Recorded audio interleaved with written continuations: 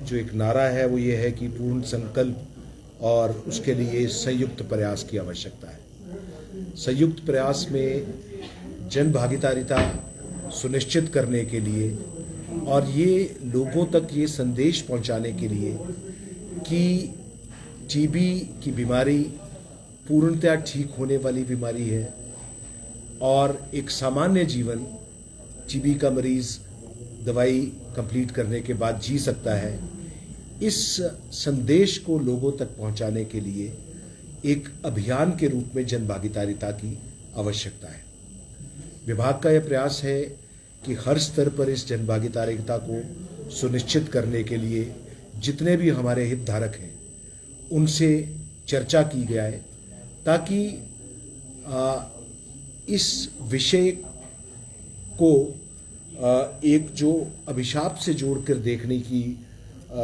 कई बार टेंडेंसी है उसको चेंज करके एक खुली चर्चा के माध्यम बनाया जाए। हमारे हर खंड स्तर पर भी इसके बारे में कार्यशालाएं आयोजित की जाती रहती हैं। अभी हमने ज़िला के जितने प्रशासनिक पुलिस अधिकारी हैं उनकी भी 2 दिवस की कार्यशालाएं कराई और आज एक बहुत उपयुक्त दिवस पर आप लोगों के साथ इस कार्यशाला कराने में विभाग को बहुत खुशी का अनुभव है, क्योंकि आप एक माध्यम हैं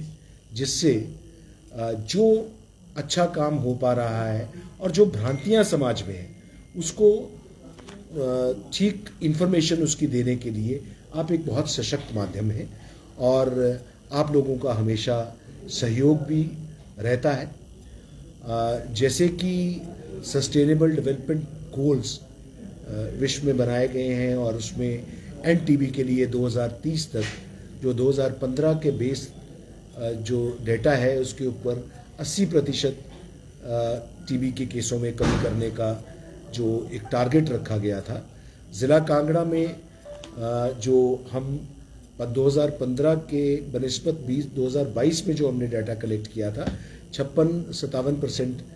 केसेस की कमी आई थी और हम उस दिशा में बिल्कुल ठीक जा रहे हैं और 2030 से बहुत पहले हम जो डिज़ायर्ड ऑब्जेक्टिव हैं उनको पूरा कर लेंगे। जैसे मैंने बताया टीबी के मरीज़ के 2 आयाम हैं, एक लक्षणात्मक टीबी है और कुछ लोग हैं जिनमें लक्षण नहीं है फिर भी वो टीबी का कीटाणु अपने अंदर उनके अंदर पनप रहा है, या कई लोग हैं जिनमें लक्षण नहीं है फिर भी एक्टिव टीबी की बीमारी है। और टीबी में जो 85% केस होते हैं वो जो फेफड़े की टीबी है पल्मोनरी ट्यूबरकुलोसिस जो संक्रामक है, 15% जो एक्स्ट्रा पल्मोनरी है वो इन्फेक्शियस नहीं होते और जो संक्रमण भी होता है वो टीबी की दवाई शुरू करने के 1-2 खुराक के अंदर ही 95% जो है वो नॉन इन्फेक्शियस हो जाता है। तो इस 21वीं सदी में कोई वजह नहीं है कि हम इस बीमारी से डरें या इसकी वजह से दूसरे के साथ भेदभाव करें, मगर कमी वही है जानकारी का अभाव और जानकारी का अभाव को की जो कमी है उसको पूरा करने के लिए मीडिया का बहुत योगदान रहता है। और मैं अपेक्षा करता हूं कि इस कार्यशाला में जो एक सार्थक चर्चा हुई है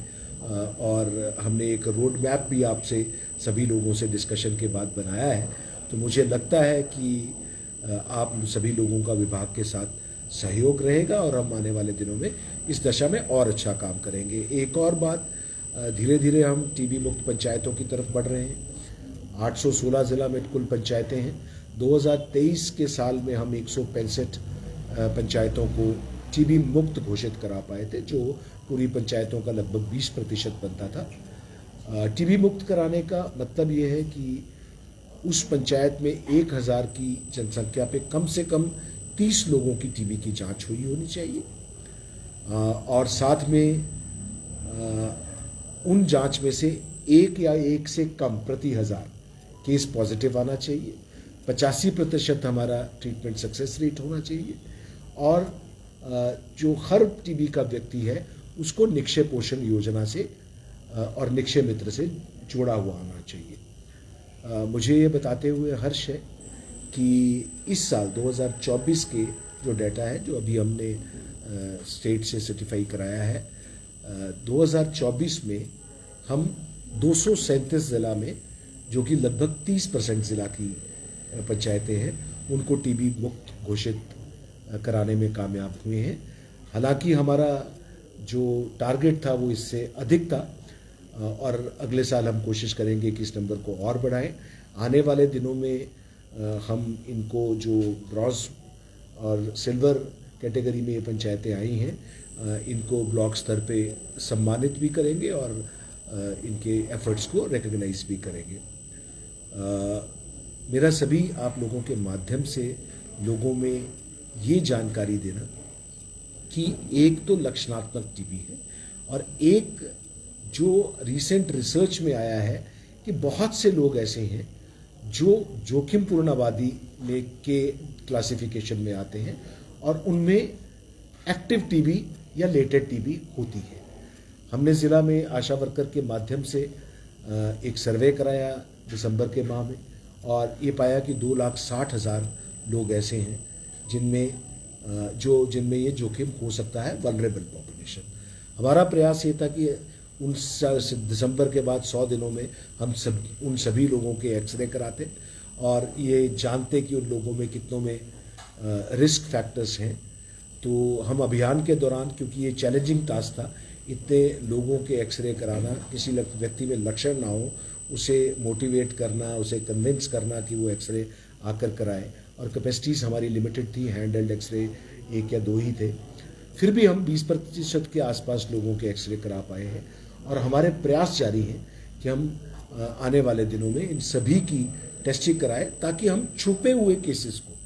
और जो लोग ये रखते हैं, क्योंकि टीबी मुक्त की डायरेक्शन में बढ़ने के लिए हमें चेन ऑफ ट्रांसमिशन को तोड़ना है, कम करना है,